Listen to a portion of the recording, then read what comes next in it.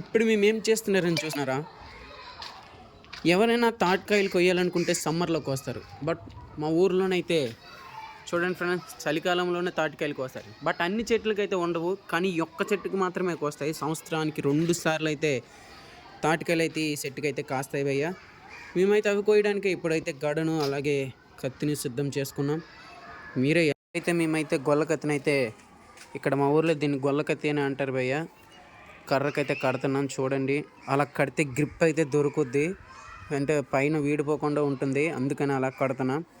ఇప్పుడే ఆ కర్ర అయితే కొట్టడం జరిగింది. మేమైతే కాయిల్కి అయితే వేసేసాం. కొయ్యరా పడ్డది. ఓ మై గాడ్, ఎన్నికలు చూడండి.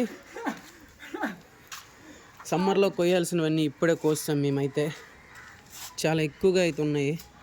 తిన్నీకి సరిపోతాయి ఇవి. కొడుతున్నాడు ఆల్రెడీగా. తాటికాయలు అయితే చాలా బాగున్నాయి. మేమైతే ముదిరిపోయినాయి అనుకున్నాం కానీ చాలా అంటే చాలా బాగున్నాయి.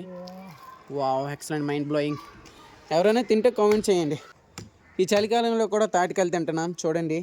తాటికాయల టేస్ట్ అయితే ఎదిరిపోయింది భయ్య. చాలా బాగున్నాయి, ఎక్సలెంట్ ఉన్నాయి. ఎలా ఉంది తాటికాయల టేస్ట్? చొరు తీస్తుంది, రప్ప రప్ప రప్ప ఉంటుంది. తినేసామన్నీ బయట పారేస్తున్నాం. మేమైతే నేత మాత్రమే ఎనుక్కుంటున్నాం. సమ్మగా ఉంది అవి తింటే. Wow, it's nice. ఇది నాకే. ఓకేనా ఫ్రెండ్స్, ఇది వాడికి. బాగున్నాయి భయ్య తాటికాయలు అయితే, ఎక్సలెంట్ ఉన్నాయి. సమ్మర్లో మళ్ళీ ఎలా ఉంటే చూడాలి. 2 సార్లు పుడతాయి దీనికి.